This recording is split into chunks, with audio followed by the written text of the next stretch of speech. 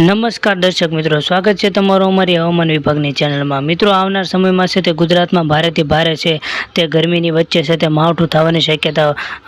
અંબાલાલ પટેલ દ્વારા વ્યક્ત કરવામાં આવી છે। જી હા મિત્રો, આવનાર સમયમાં ગુજરાતમાં છે તે ભારેથી ભારે કહેર એટલે કે વાવાઝોડાનો છે તે ખતરો છે તે વર્તાઈ શકે છે તેવી અંબાલાલ પટેલની સૌથી મોટી છે તે આગાહી વ્યક્ત કરવામાં આવી છે। અંબાલાલ પટેલ દ્વારા જણાવવામાં આવ્યું છે કે વાવાઝોડું છે તે દક્ષિણ એટલે કે અરબી સમુદ્રની અંદર છે તે ધીરે ધીરે સાયક્લોન સર્ક્યુલેશનના કારણે છે તે વાવાઝોડું છે તે ધીરે ધીરે આગળ વધી રહ્યું છે, એટલે કે પશ્ચિમના પવનો છે તે ધીરે ધીરે આગળ વધી રહ્યા છે અને એની અંદર છે મિત્રો વાવાઝોડાના મોટું સ્વરૂપ છે તે ધારણ કરી રહ્યું છે અને આ વાવાઝોડું ધીરે ધીરે છે મિત્રો તે આગળ વધી રહ્યું છે અને ગુજરાત સાથે ટકરાવવાની શક્યતા છે પણ અંબાલાલ પટેલ દ્વારા વ્યક્ત કરવામાં આવી છે। જ્યાં મિત્રો અંબાલાલ પટેલ દ્વારા જણાવવામાં આવ્યું છે કે આગામી તારીખ એટલે કે 14, 15 ને 16 અને તારીખ 17, 18 ને 19 એટલે કે 20 તારીખ સુધીની છે તે મોટી અને સૌથી ભારે છે તે આગાહી વ્યક્ત કરવામાં આવી છે। અંબાલાલ પટેલ દ્વારા મિત્રો જણાવવામાં આવ્યું છે કે ગુજરાતમાં છે તે હવે કાળઝાળ ગરમીમાં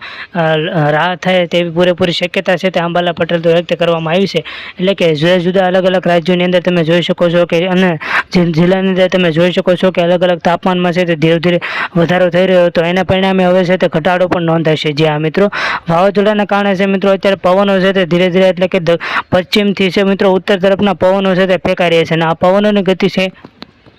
જી હા મિત્રો, અને તમે મિત્રો અત્યારે તમે જોઈ શકો છો કે દક્ષિણના પવનો છે મિત્રો વરસાદ લાવવા માટે ખૂબ જ મહત્વના હોય છે। જી હા મિત્રો, વરસાદ લાવવા માટે આપણને એક અસર પણ જોવા મળે છે કે અત્યારે ભારે પવનો ફેંકાઈ રહ્યા છે અને વરસાદ લાવવા માટે મિત્રો છે તે પશ્ચિમના પવનો છે તે મહત્વના હોય છે અને સામાન્ય રીતે મિત્રો છે ચોમાસું છે તે દક્ષિણ બાજુથી શરૂ થતું હોય એટલે કે કેરળ બાજુથી શરૂ થતું હોય છે અને ધીરે ધીરે છે તે ગુજરાત તરફ આવતું હોય છે, પરંતુ મિત્રો આ પશ્ચિમના પવનો છે એટલે કે સીધું જ મિત્રો છે વાવાઝોડું છે તે ગુજરાતના સાથે ટકરાઈ શકે તેવી આશંકા છે તે અંબાલાલ પટેલ દ્વારા વ્યક્ત કરવામાં આવી છે। આ મિત્રો વાવાઝોડું છે તે સીધું ગુજરાતની અંદર ટકરાશે અને આશરે લગભગ છે ગુજરાતથી 350 કિલોમીટર દૂર છે એટલું એનું અંતર છે તે નિર્ધારિત કરવામાં આવ્યું છે અને ધીરે ધીરે છે તે પોતાના ગતિ સાથે છે તે આગળ વધી રહ્યું છે અને ભારે પવનો પણ ફેંકાઈ શકે છે અને આગામી સમયમાં ગુજરાતમાં છે તે ભારે કરા સાથે પણ વરસાદ સાથે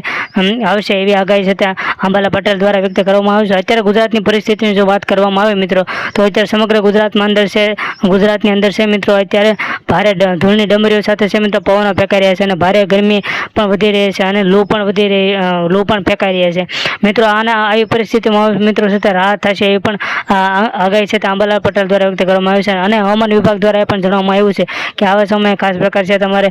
પાણી પીવાનું વધારે પડતું રાખવું જોઈશે અને ખાવામાં પણ છે તમારે અમુક પ્રકારની છે તે છૂટછાટ મળશે નહીં, કારણ કે આવા સમય છે તમારે જરૂર પૂરતું તે ભોજન ખોરાક છે તે ગ્રહણ કરવો પડશે અને તમારે કપડામાં પણ છે તે સુતરાઉ કપડાં અવશ્યપણે પહેરવા જોઈએ। જી હા મિત્રો, આવી મોટી છે તે ભારેથી ભારે આગાહી છે તે અંબાલાલ પટેલ દ્વારા કરવામાં આવી છે। મિત્રો ફરીવાર જો એક વાવાઝોડા ઉપર એક નજર નાખીએ તો મિત્રો વાવાઝોડું છે પોતાની ગતિ સાથે ધીરે ધીરે આગળ વધી રહ્યું છે અને તે પોતાની 80 થી 90 કિલોમીટરના ઝડપે છે મિત્રો અત્યારે પવનો ફેંકાઈ રહ્યા છે અને તે ધીરે ધીરે છે મિત્રો આગળ વધી રહ્યું છે અને તે ગુજરાત સાથે ટકરાશે એટલે ગુજરાતના જે દરિયા કિનારો છે પોરબંદર છે, વેરાવળ છે, જુનાગઢ છે તેમજ ભાવનગર છે અને દ્વારકા છે ત્યાં અત્યારે તમે જોઈ શકો છો કે દરિયાની અંદર જે મોટાથી ભારે છે તે મોજા ઉછળી રહ્યા છે, એટલે કે મિત્રો આશરે છે તે 2 થી 3 ઇંચ છે તે મોજા ઉછળી રહ્યા છે અને ધીરે ધીરે છે તે સુનામી જેવી એટલે કે સૌથી વધારે મોજા ઉછળી રહ્યા છે, એના કારણે છે મિત્રો ભારે વરસાદ અને ભારે આગાહીની શક્યતા પણ છે તે અંબાલાલ પટેલ દ્વારા પરેશ ગોસ્વામી દ્વારા છે તે વ્યક્ત કરવામાં આવી છે। અને મિત્રો એક દ્રષ્ટિએ પણ જોઈએ કે ગુજરાતના સરકાર દ્વારા છે તે દરિયાઈ ખેડૂતો માટે પણ ખાસ પ્રકારની સૂચના આપી દેવામાં આવી છે કે આવા સમયે છે તે ખેડૂતોએ સપોઝ દરિયો ન ખેડવા જવા બાબતે પણ સરકાર દ્વારા સૂચના આપવામાં આવી છે અને જે લોકો છે દરિયા કિનારા અંદર રહે છે તે લોકોને છે તે દરિયાથી ખસેડવા માટે સરકાર દ્વારા છે તે NDRFની ટીમ પણ છે તે તૈનાત કરી દેવામાં આવી છે અને મિત્રો આગામી સમયમાં છે તે મોટી જાનહાનિ ન થાય તે માટે સરકાર દ્વારા છે તે ખાસ પ્રકારના જે સૂચનાઓ અને પગલાઓનો છે મિત્રો આપણે સૂચપણ અને સમયસર છે મિત્રો આપણે એનું પાલન કરવાનું રહેશે। અને મિત્રો જો ચોમાસાની વાત કરવામાં આવે તો આવનાર ચોમાસું છે એટલે કે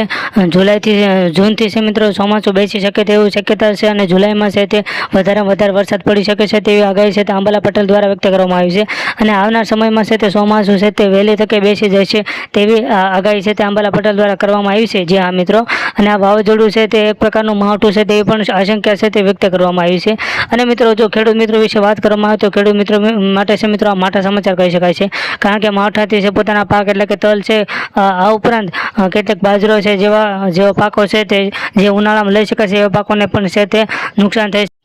મિત્રો હજી સુધી જો તમે અમારી યુટ્યુબ ચેનલ લાઈક શેર અથવા સબસ્ક્રાઇબ નથી કરી તો મિત્રો તમે અત્યારે તમારી યુટ્યુબ ચેનલ લાઈક શેર અને સબસ્ક્રાઇબ કરી બેલ આઇકન જરૂર